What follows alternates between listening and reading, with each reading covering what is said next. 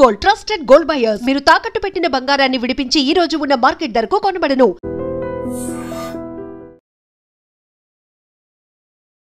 హైదరాబాద్ సిటీలోని famous biryani restaurants అంటే మనకి కొన్ని బ్రాండ్స్ గుర్తొస్తూ ఉంటాయి, కొన్ని రెస్టారెంట్ల పేర్లు కూడా మనకు గుర్తొస్తూ ఉంటాయి. అయితే ఆ హోటళ్లపైనే ఈరోజు తెల్లవారుజామున 5 గంటల ప్రాంతంలో ఏకకాలంలో ఐటీ సోదాలు కొనసాగుతున్నాయి. ఇప్పటికైతే మనకున్నటువంటి సమాచారం ప్రకారం అయితే 15 చోట్ల సోదాలు నిర్వహిస్తున్నట్టు తెలుస్తోంది.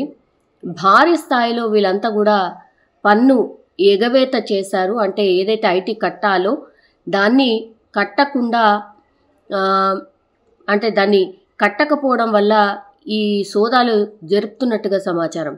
కోట్ల రూపాయల విలువైనటువంటి అమ్మకాలు చేశారు. కానీ ఆ హోటళ్ళు ఏదైతే ఐటీ ప్రతి సంవత్సరం కట్టాలో ఆ ఐటీని ఎగ్గొట్టారు అన్న ఆరోపణలతో అయితే ఇప్పుడు ఐటీ అధికారులు వాళ్ళ ఇళ్లల్లో కార్యాలయాల్లో ఏకకాలంలో పూర్తి స్థాయిలో సోదాలైతే చేస్తూ ఉన్నారు. ఎస్పెషల్లీ పిస్తా హౌస్, షాగ్ హౌస్, మెహఫిల్ గ్రూప్కు చెందినటువంటి ఆఫీసెస్, వాటికి సంబంధించిన యజమానులు ఎవరైతే ఉంటారో వాళ్ళ ఇళ్ళు, అట్లాగే ఇతర ప్రదేశాలు ఏవైతే ఈ హోటళ్లకు సంబంధించిన కార్యకలాపాలు ఎక్కడెక్కడైతే జరుగుతాయో వాటన్నిటి మీద ఏకకాలంలో దాడులు చేస్తూ ఉన్నారు.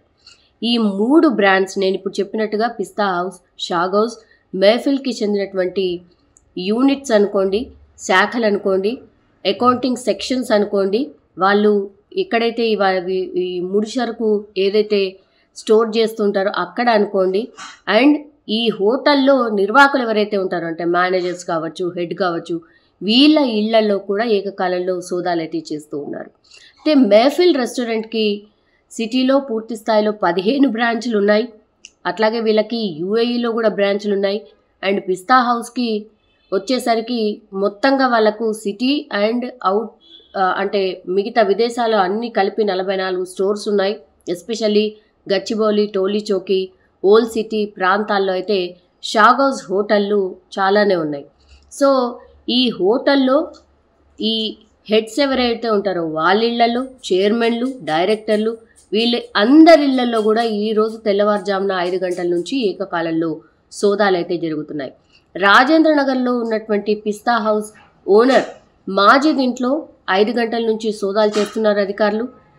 దీనికి తోడు శాలిబండలోని పిస్తా హౌస్ ప్రధాన బ్రాండ్లో ఈ ఫైళ్లను కూడా తనిఖీ చేస్తున్నారు.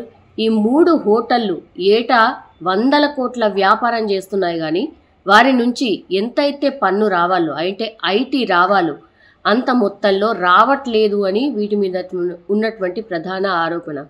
ఆయా హోటల్లో ఆన్లైన్ ఆర్డర్స్తో పాటుగా డైరెక్ట్గా వెళ్ళి తినేవాళ్ళు కావచ్చు, అక్కడి నుంచి పార్సల్ తీసుకువెళ్ళే వాళ్ళు కావచ్చు, చాలామంది ఉంటున్నారు. కానీ వీళ్ళు చూయిస్తుంది చాలా చాలా తక్కువ అనేటువంటిది అధికారులు భావిస్తున్నారు, ఐటీకి సంబంధించిన అధికారులు. అందుకే వీళ్ళు పన్ను ఎగవేతకు పాల్పడుతున్నారు అన్నటువంటి అనుమానంతో అయితే ఈ సోదాలు చేస్తున్నట్టుగా తెలుస్తోంది. అంటే కొన్ని చోట్ల ఈ సోదాలు అయితే జరుగుతున్నాయి. మొత్తంగా ఎన్ని చోట్ల ఎక్కడెక్కడ జరుగుతున్నాయి అనేది మరి కాసేపట్లో తెలిసే అవకాశం అయితే ఉంటుంది. కానీ భారీ మొత్తంలో వీళ్ళ దగ్గర నగదు లభ్యమైనట్టు మనకున్నటువంటి సమాచారం.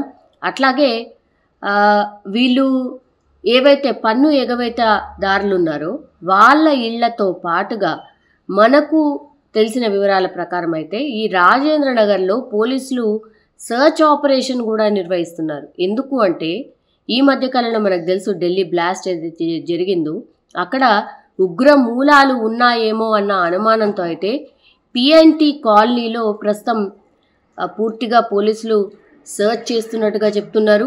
డీసీపీ ఆధ్వర్యంలో 150 మంది పోలీసులు ఏకకాలంగా ఈ సర్చ్ ఆపరేషన్లో పాల్గొంటున్నట్టుగా కూడా చెప్తున్నారు.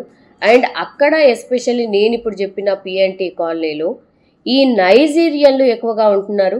సో ఈ నైజీరియన్ల వీసాలకు సంబంధించి కూడా కొన్ని డౌట్స్ ఉన్నాయి పోలీసులకు.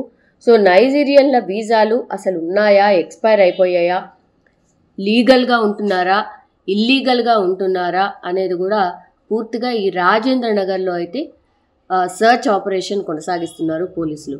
సో ఎప్పుడైతే ఢిల్లీ బ్లాస్ట్ జరిగిందో దానికి సంబంధించిన మూలాలు హైదరాబాద్లో కూడా మనకి ఎప్పుడైతే కనిపించాయో, ఎస్పెషల్లీ ఈ రాజేంద్ర నగర్ పరిసర ప్రాంతాల్లోనే ఈ మొజిద్దీన్ ఎవరైతే ఉండేనో అతను ఒక విషాన్ని తయారు చేసి ప్రజల మీద ప్రయోగించాలనుకున్నాడో అందులో భాగంగానే ఇప్పుడు అందరి దృష్టి రాజేంద్ర నగర్ మీద ఉంది. అందుకని అక్కడ స్పెషల్ సర్చ్ ఆపరేషన్ కూడా కొనసాగుతోంది. మరి ఇంకా ఏమైనా ఉగ్రమూలాల లింకులు ఏమైనా ఉన్నాయా అని ముందు జాగ్రత్తగానా, లేకపోతే ఆల్రెడీ పోలీసులకు ఒక హింట్ ఉంది కాబట్టి వచ్చి సెర్చ్ చేస్తున్నారా అనేది కూడా మరి కాసేపట్లోనే మనకైతే సమాచారం తెలిసే అవకాశం ఉంది. నిజంగా ప్రస్తుతం ఉన్నటువంటి సమాజం దేనికి ప్రయారిటీ ఇస్తుంది? ఆర్థిక సంబంధాల చుట్టూ మాత్రమే తిరుగుతోంది.